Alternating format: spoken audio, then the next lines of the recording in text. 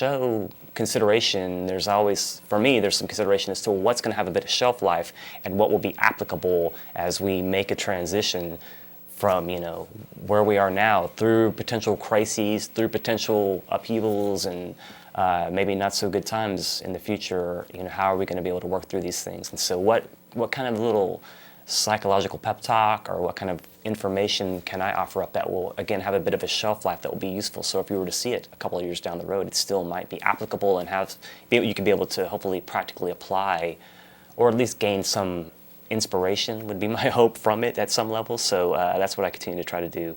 So this show topic is redemption, as you have likely seen. And I don't mean to speak about redemption. Most people, or maybe some people, I don't know, some people will think of redemption in the sense of a payback, or if they lose at one point, they come back and they win the following year, or your team loses but they win the championship the next year, you feel redeemed, you feel redemption. That's not what I'm talking about. That's very far removed, and that's much more the lower nature aspect of the more material plane aspect of that, and the very lowest consideration of that term. On the more higher turn of the spiral, so to speak, or more higher consciousness consideration of that term and what that means, redemption is also spoken of as the science of redemption, and it is a science. And I do, as those are familiar with the show title, Esoteric Science, may often wonder, what's so scientific about any of this? It sounds like a bunch of wild speculation about a bunch of, fanciful kind of mythical kind of stuff. But I do feel that there's a redemption in the sense that we're redeeming these old scientific values from long times ago that have been part of our humanity since the get-go, since we've become self-conscious, that we continually redeem and remanifest aspects of teaching and things of this nature. And so we are, I feel, redeeming the scientific nature of some of these concepts that science doesn't really accept and can't really accept without means to tangibly reproduce, and show things in an experimental situation that this can reliably happen in every instance, and so some law can be invoked on behalf of that. That's with the esoteric science, that's not really the case. A lot of it is intuitive, and it is based on energy. And energy is something you can't readily see. You can measure energy, but if you're talking about a particular person's perception to energy, that can often be subjective. How do you know that this person, what he's saying, or what he says he's feeling and experiencing energetically is accurate? Or is he just off into some other world? So that accusation is applicable, and I think right, and that we need to maintain discernment with all these things. But when I get into redemption, I do speak of it in a scientific sense, in that redemption and sacrifice are really the same, very similar, the two sides of the same coin, that to salvage humanity and to bring forth the evolutionary process, there has to be this redemptive science in place, which definitely intimately ties in with the science of karma and reincarnation and how that plays out. That this is tied in again to our evolutionary playing out, and how does sacrifice tie in as well? Sacrifice is something that takes place at many levels, but ultimately any level of sacrifice, if it is deemed in the esoteric sense, is something that is given up willingly, and that is a key thing. Will always plays into these things. Willfully given up, not taken over or forced to sacrifice. That is a very key component of that. And so as we become more spiritually minded, we do tend to think more in terms of sacrifice. We want to give more of ourselves, more of our free time to help others. In most cases, maybe help animals or what have you. But that generally goes hand in hand. That as a person adopts some form of spiritual inclination, that they do want to, again, sacrifice of their very selves and give of themselves. And we have examples through time of this as well, of redemption and sacrifice. And I want to mention as well, some probably have seen the movie Zeitgeist, and Tyson did show the first segment of Zeitgeist, which goes through the solar savior mythos of various cultures and how you see And Jeff has done shows on this, and I've done shows on this. And so what you might have seen on Zeitgeist, if you're familiar with Austin Access over the past years, this is nothing new to you. You've seen us tarrying back and forth with this topic between our respective shows to try to flesh this out more so. And, you know, Jeff's ultimate question, flesh or fantasy, dude, flesh or fantasy? Well, you know, that's always a great question. That's going to still compel the minds of men, you know, whether that event was real or whether it was a mythological event. But I do feel that there is a reason why we have this pattern of solar saviors throughout time that do give us the example in their lives of ultimate sacrifice. They all gave what is known as the ultimate price. They paid the highest price. They gave their lives towards the salvation of humanity. And so that pattern reemerges over time.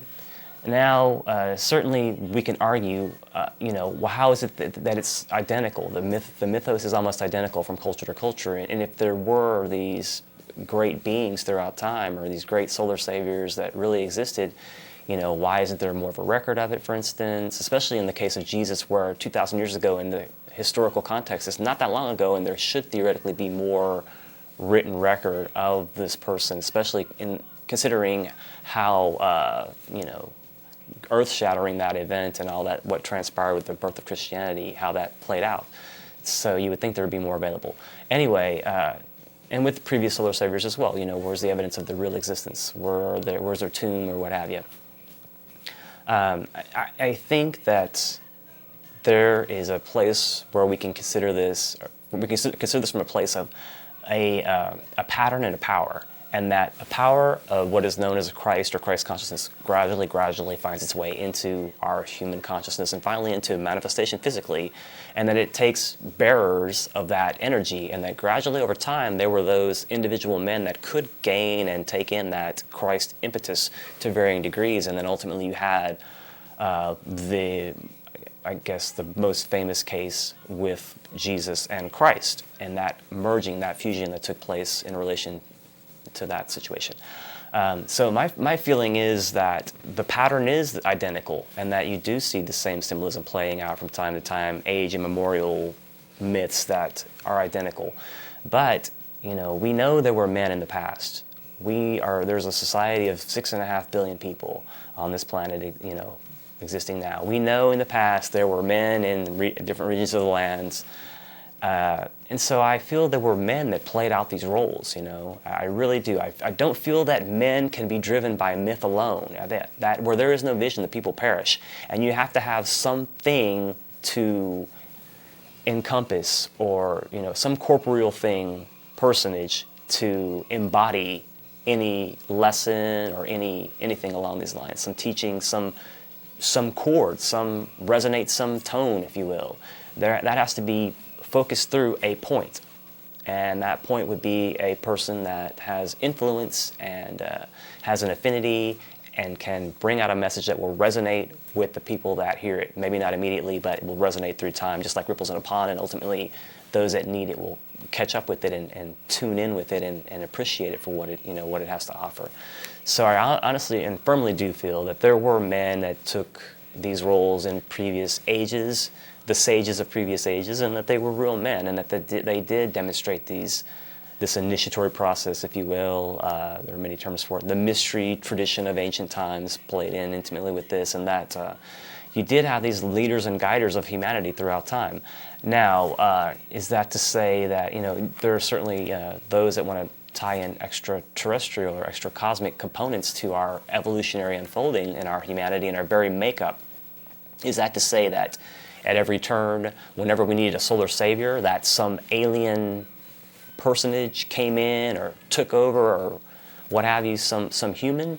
I'm not making that allegation, and I don't discount alien intervention. And I'm much of the mind of Jeff Contreras, in the sense that, you know, when we first started comparing notes about things, we really do feel, both of us, that more often than not, you're going to find extraterrestrial interaction is intraterrestrial. It's from inside the Earth, as opposed to outside the planet, some other far distant star realm. That doesn't mean that we don't have these interactions, and I'm confident that we do, but we overlook what's right underneath our feet, literally, in what's available and the playing out that we have. Some may even remember the Land of the Lost TV show from the 70s, the live action where the family ended up in the dinosaur times, basically. But there were biped, walking on two legs, lizard creatures called the Sleestack, and they had their crystal arrays and their pyramidal little houses, and they would go in and tweak them, and they could manipulate time and space with that by virtue of this crystal array tray. Some may remember that. And there were good ones and there were bad ones, you know, and I don't think that that's any different than reality, really. I think that's a emulation or a representation of something that actually exists on the planet, not just in the past. And if there was indeed an opportunity for those intraterrestrial inhabitants to catch a leg up evolutionarily, then yeah, it would make sense that there would be lizard people, and they would be highly intelligent as well. So just a point of consideration there. So we as humanity absolutely have a reason to exist. There's no question that there's a purpose that underlies our manifestation here, and that it's not a random occurrence, that we're not just a happy blend of chemicals that serendipitously came together and created life that sprang forward.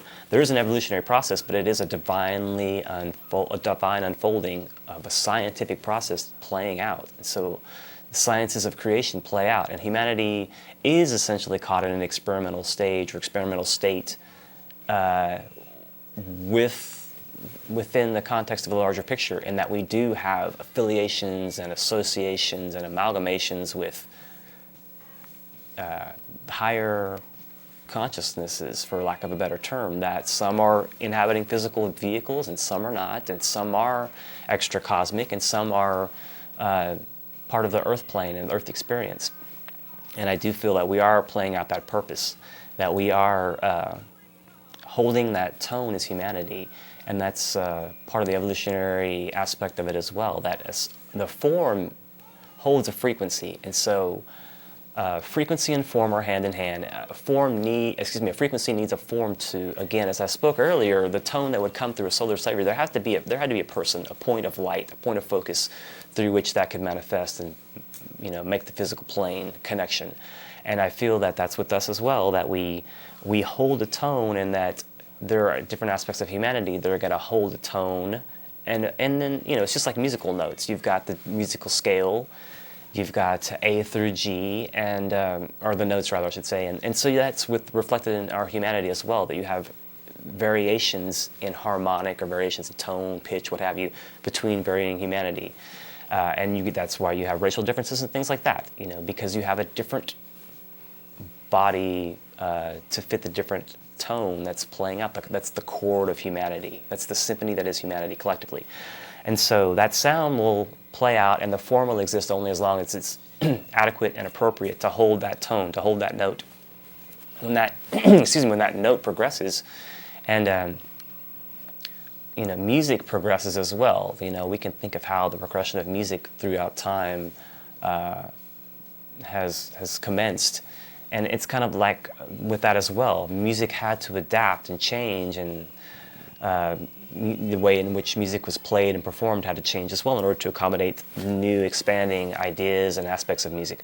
We as humanity would do the same thing. That analogy is appropriate and apt for us as well. We must change and be appropriate for whatever tone's moving through. And so the tone changes, the music evolves as well as us, so that goes in hand as well. And so we are a focus of energy. And I got an email recently asking me a very simple question, but very poignant, I would think, is inquiring about humanity as intelligent energy. Humanity is intelligent energy. We are, for all intents and purposes, you know, the brain trust of the planet. We are like the brain cells, and we are here. That's part of the purpose. Part of the purpose is for us to intellectualize energy, for us to imprint mind stuff into matter, certainly, and then ultimately into spirit. That reflects or resonates through, all the way through, from the matter that we are through to the spirit, and becomes a part of its gaining, its growing, its experiential aspects in nature. It yearns and wants to know, and uses humanity primarily as its sounding board and its intermediary between the lower kingdoms of manifestation and as a bridge as well to the higher kingdoms. So all this sound stuff that ties in is very appropriate as well. And we will continue to move through, and as the tone changes, and as we imprint different tones, if you will, into intelligence, into energy. This also, again, is part of the evolutionary process. And so mind and the heart nature, so the mind and the emotions, and also the wish life becomes magnetically impressed, if you will, into energy. And so our intelligence, our thinking, our thoughts, our wishes, our wants, our whims, and our aspirations towards the more divine aspects of things as well, our spiritual longings, all this plays into and is impressed into something akin to, a tape or a recording device, something that it is imprinted upon, and more than just imprinting upon it, it actually becomes a part of it. And I know I'm speaking very abstractly here, but this is how God takes in. I'm trying to kind of describe as in one aspect of us as best I'm able to, because considering our minds are very finite and we can only really appreciate this unfolding to a small degree, I feel. But nonetheless, this unfolding of us impressing our emotions and our mind nature into energy is part of the evolutionary process. And that unfolding ultimately will lead to an acknowledgement and understanding of love, unity, and synthesis. Synthesis underlies all things. There's a synthesis before there's a diversity into manifestation of all things. And we return to that synthesis in many respects, in varying aspects of our humanity, individually and collectively. And so we do have opportunities to gain and grow. And mostly this takes place through crises, through individual crises in our lives, individually, and then collectively, nationally, citywide. And this could take the place of, national disaster, some sort of a outbreak of a disease or something like that, economic disaster, any number of things you can think of. So a crisis plays out. And we can all think of some sort of crisis we've had to face in our life. And maybe we made it out to be larger than it actually was, and maybe it was really a big deal. If we find ourselves with a debilitating injury or a life-threatening disease, then certainly that's going to change things. And we should reorient ourselves accordingly. And this is what has to happen to humanity. We have to have these we have to get thrown a curveball occasionally, but it is part of the playing out, of how things need to manifest. And so it is very unfortunate to see large numbers of people die. And, there are different examples, Holocaust-style examples from various, leaders throughout time, wherein many large numbers of people were killed over a short period of time, maybe a longer period of time, but mass numbers of people were culled and killed. And so thinking about that in those terms, it's unsettling to think that so many people have died in recent times as well. But the life that's underlying the physical form still does live on, and that's what we have to remember. And so if there is a playing out where large numbers of people, like the killing fields of Cambodia, for instance, or Rwanda, things of this nature, I do feel there's a reason for this. I do feel that there's a group karma playing out. There's a national karma along with in conjunction with individual karma, and that this plays out in this respect that we have to be acknowledging of this law, and this is also part of this redemptive situation. That doesn't sound like much of a redeeming aspect. If you get hacked with a machete, you can't really. I would have a hard time, obviously, thinking about that in a redemptive sense, unless you think about it in the spiritual connotation, unless you factor in karma and you think about it in that scientific sense. Otherwise, it's very difficult to rationalize any kind of mass destruction, especially human life. And there are many people that don't think a whole lot very highly of humanity, and so maybe they are cheering that sort of thing. And there are people that are more inclined to, they like animals better than they like humans, and I can't say I blame them in some cases. But, nonetheless, this is, I do feel, a larger playing out, a larger redemptive component to our humanity. And as tragic as all these things may seem, or if a plane goes down with 200 people, or all on board die, whatever, maybe a few survive, what have you. I do feel there's a larger playing out. These energies that play out in this science of redemption, there's an economy to it. And again, it's a scientific, I feel, playing out. And so there is a rhyme and reason to this. And so there isn't random, senseless killing by God or some intervention by some higher force to pay back. In that sense, we pay our own debts. We don't have to have an intermediary to pay for our sins or pay for our debts. And I think that's really one of the aberrations of Christianity. And that I'll let that stand as it may. People may feel that's the case, that the death was a payback, the redemption for us being sorry, no good rascals, and that we needed the Redeemer to come in. I don't. We have to redeem ourselves. We cannot have an intermediary.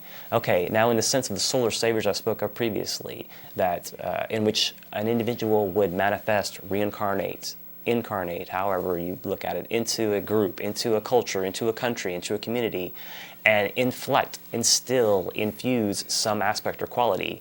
That is a real aspect of that, and that continues to play out. So I do feel that there has been this unfolding of redemption and sacrifice in which the will nature, the true purpose, the reason to exist for us as humanity has been gradually being revealed through the mystery tradition, through intuitive aspects on many fronts, and that humanity is finally, also the evolutionary process as well, is enabling mankind to finally be able to contemplate some of the fringes of the periphery of what's playing out as far as the purpose of this planet.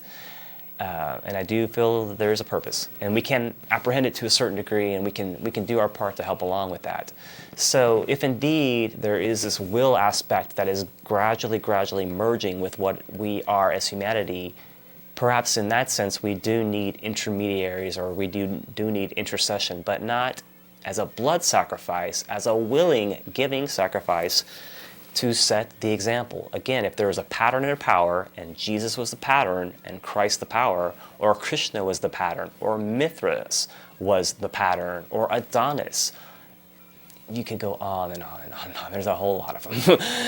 The pattern and the power. So again, I do feel there's been a procession and a progression of the advent of Christ instilling himself as a true intermediary. And even Rudolf Steiner speaks about when the blood spilled at Golgotha, that there was the whole planet kind of turned red. There was a whole unleashing of energy that took place, and that this was allegedly the linking that took place that allowed for an initiation to take place both within the man Jesus and simultaneously a higher initiation culminating within the consciousness of Christ, the second aspect of the Trinity, wherein that second aspect merged more so and intermingled with the will nature, so that could again that synthesis could become more prevalent in the minds of men. And we can see how that synthesis since that time has become more and more relevant and prevalent, and we can't help but acknowledge the synthetic nature of how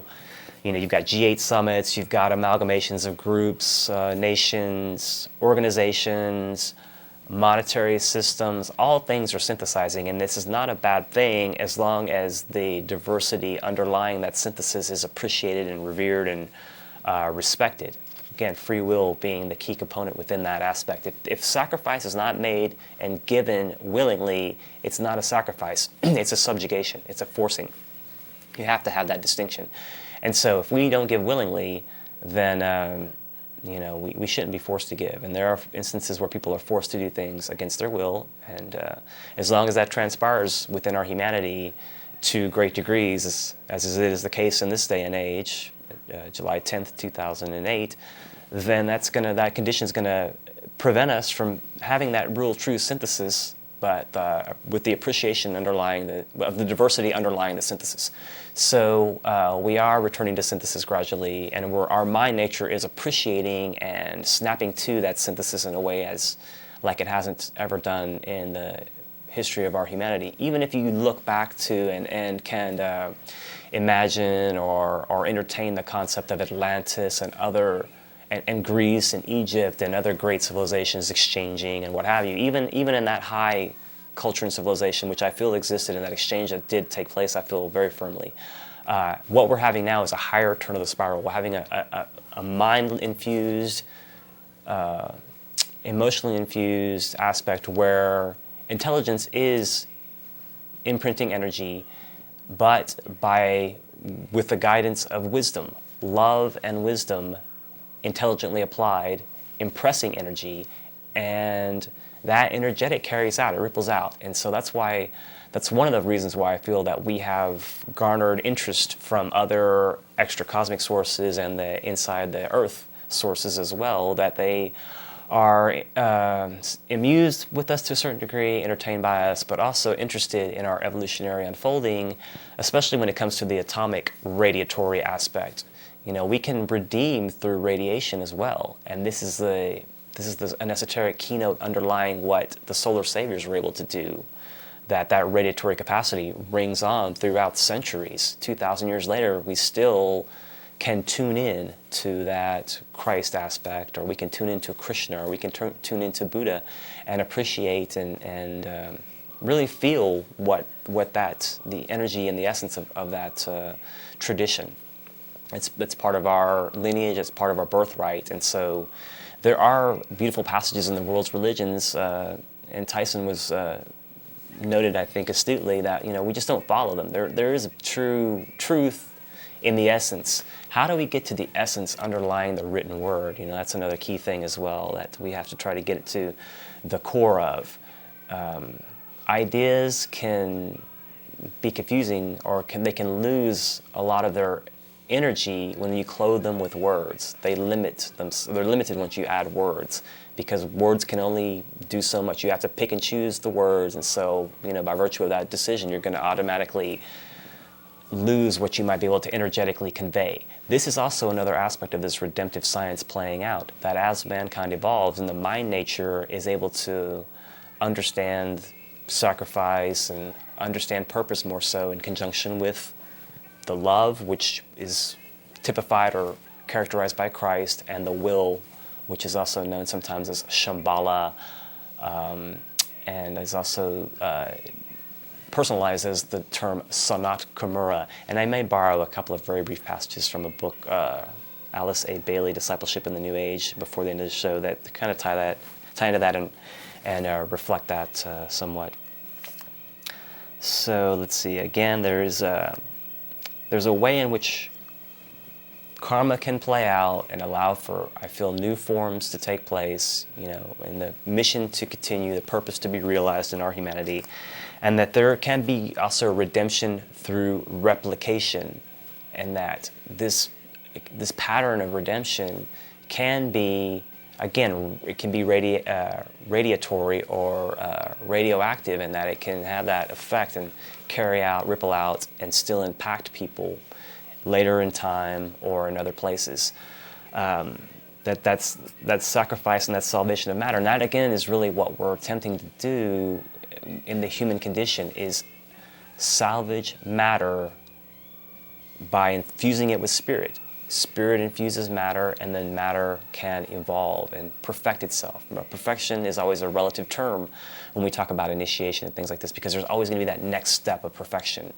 There's levels of human perfection, and then there are levels outside of that we look at. So even the Jehovah of the Bible, of the Old Testament, would be, and this may not sit well with some, an imperfect, still progressing consciousness or awareness, or that God is not the all-being God. That aspect, Jehovah, would not be the all-seeing, all-knowing aspect, because if that were the case, he certainly is still partial to jealousy, and he couldn't find Adam and Eve when they weren't around and they were eating of the tree. If he was all that and a baseball bat, then you would think that he would have known and been aware of that sort of thing. So, I think there is that unfolding of evolution at very high levels, far higher, and that's not to negate what Jehovah is as a consciousness, as a God with a little g. That evolution is far exceeding ours, and that is intimately tied in with our evolution. And so no disrespect is meant in that analogy. I just think it's more accurate to the scientific consideration of what's playing out. And again, that science to me may not be science to the viewers or other people that have an interest in that. So just another point of consideration. Also, there are aspects within our human thinking of manipulating evolution and manipulating our birth. And so there are ideas of genetic considerations that we might be able to have designer babies at some point. And then there's the idea as well of eugenics, and that the less desirable forms should be eliminated either by some sort of sterilization or some means by which the so-called undesirable factors in humanity would be weeded out. And that, to me, is a very negative field of consideration. Really, eugenics in the esoteric proper sense, I would think, my term would be hygienics. And you might be looking at me like, well, this guy, how can he talk about hygienics? He needs a haircut, he hasn't shaved, and I can't smell him, but he probably needs some deodorant. But that notwithstanding, still, the hygienics I'm speaking about more so are, it is involving water and sunlight and diet, exercise, communing with nature, that kind of building that rapport with your environment, with your community, having that symbiotic relationship with, things that you're indigenously tied with, your environment, your surroundings, having that rhythmic relationship with things around you, and using, what's available to maintain your health. And that, again, certainly lots of water is very much advised, and hydrating oneself and cleansing oneself. And so much ritual is tied into water and cleansing, and so much symbolism is tied into, for instance, baptism. We can think of a lot of symbolism that's been waterfalls and things like that come and wash over and renew. There's a sense of renewal. Redemption can also be termed renewal as well. It's another synonym that can be esoterically inserted in place of that, as far as redemption, sacrifice, renewal. I mean, they're almost all interchangeable terms and just different qualities and characteristics and little shades that we might, have their own nuances. But nonetheless, that renewal, that water, it's a symbolic thing as well, flowing of consciousness, flowing of water, flowing of immersing oneself, and again, just washing oneself clean. And that refocusing, that reorienting, and that new outlook that we gain once we've done that ritually, symbolically, or physically, actually. When we get out of that shower, we usually feel a lot better than when we went in. I hate to meet the person that feels worse once they get out of the shower than when they went in. So anyway, that's just a simple analogy or simple addenda to the information as far as that goes. So, I think we can consider our evolution in healthy terms and think about how to minimize birth defects and things like that. Well, one way, the obvious way in my estimation would be quit giving little babies vaccines, but that's still controversial to some people. I don't know, when you see the rates of autism just going through the roof incrementally and exponentially in conjunction with the rate of autism, with the rate of vaccination, to not make that correlation is absolutely absurd. How can that not be done? That's ridiculous. So anyway, these kind of, I think, reconsiderations of how we can help humanity evolve in a healthy fashion are part of this redemptive science as well. We have to give consideration to how we bring forth healthy persons and healthy vessels for the continuance of the race. Now, that being said, the crises that I spoke of earlier might well manifest in a physical disability, some impediment or some adversity that one finds oneself dealt by birth. And so I would feel that karmic disadvantage might be the very advantage or the very leverage one would need in order to gain and grow and have something to be strenuous, to have to build up and overcome, and to defeat that, whatever that adversity, or to minimize it so that one can still do things in spite of a condition, for instance. But again, I feel in many instances that an economic adversity, on the lower end, or physical disability, perhaps, things of this nature, I think, come a person's way in order to not only challenge them, well, definitely to challenge them and to give them the lesson, some life lesson opportunity.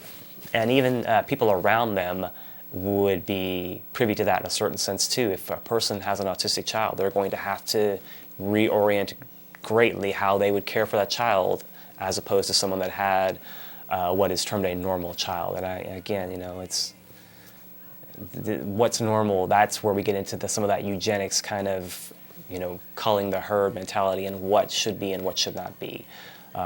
Whatever comes out is how it should be, and that's how God made it. That's how I look at it. Well, barring, certainly, radioactive experiments and stuff like that, but you still have to think about karma. That person made that choice to go work, in that radioactive situation. Maybe they didn't know the risks, but, and that's treading some sensitive territory as well. But nonetheless, I think these things play out for a reason. So these adversities play out for a reason. They give us the challenges and the chances that we need to redeem.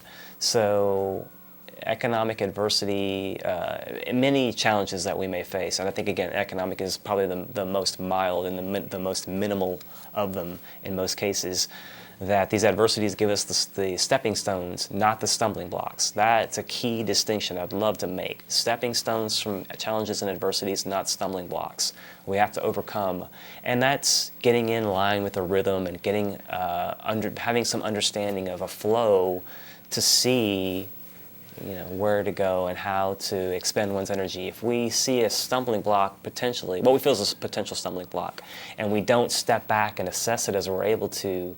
Now, granted, some things have to be made on the spur of the moment decision. That's always a factor too. But if we have time to kind of gauge and gather ourselves and reflect and concentrate and contemplate, we can see the rhythms of how things unfold, and we can get in that flow and not let things overwhelm us. And that's what I really recommend to people. How do we get in that flow so that we don't get overwhelmed, anxious, panicked, or downright fearful of situations and circumstances that may come our way?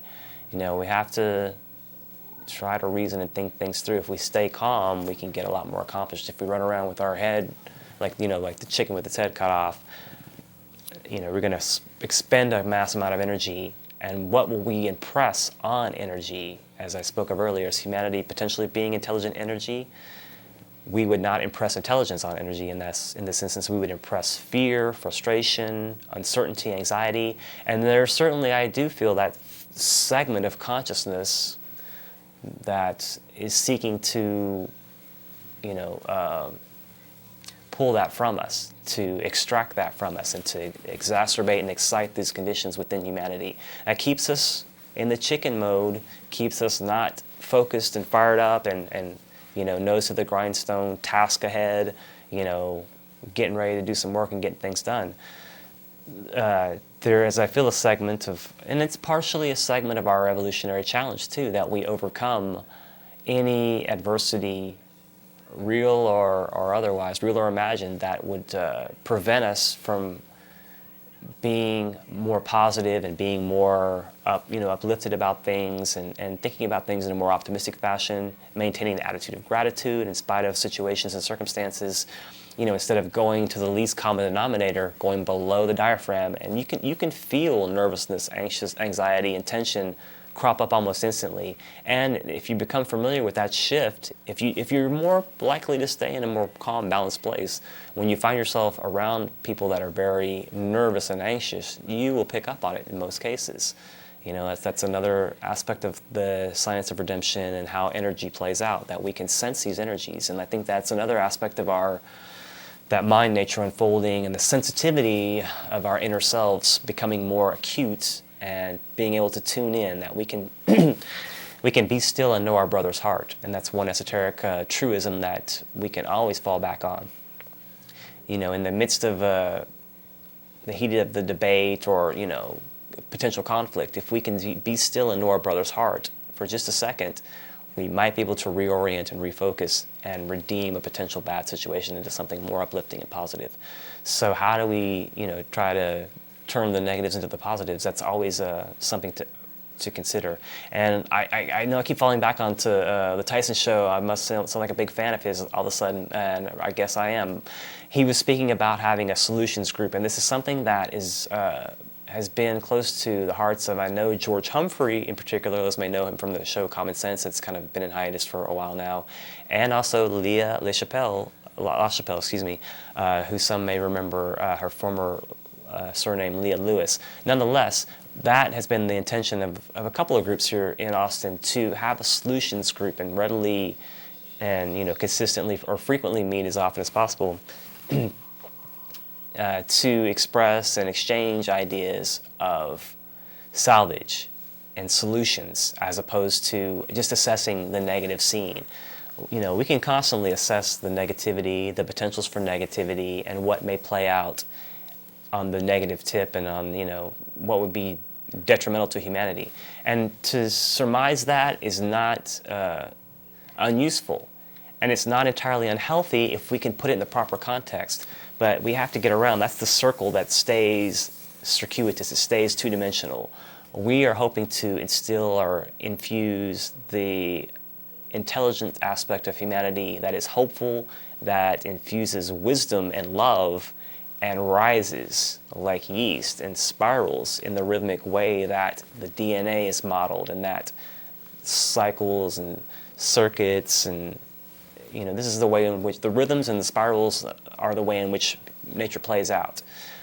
So we see, there's not things in a closed circuit loop two-dimensionally. Things play out and rise or descend depending, as energies play out. And so how do we tap into that? That's where rhythm comes into being. That's where we understand that we catch it on those nodes of that cycle. Think about the threads around a screw. You catch it from one level, one wedge of that screw thread to the next. That's hitting the high points of the node, and that's catching the rhythm. That's something that's very beneficial to be able to do. Again, there are certain times where we have to make spur-of-the-moment decisions. Hopefully we can make one quickly and appropriately for the circumstances. But if we can assess things in that sense of rhythmic playing out, then we can plan our sacrifice more scientifically, and we can accumulate the benefits. If we apply energy intelligently, we can gain more. It's just like if you expend a lot of energy, it's kind of like the internal combustion engine, very inefficient, extremely, hugely inefficient. Is there any wonder that it's the main one that we still use? The bloated bureaucracy that we have, is usually not interested in economizing things, and that's why on two fronts.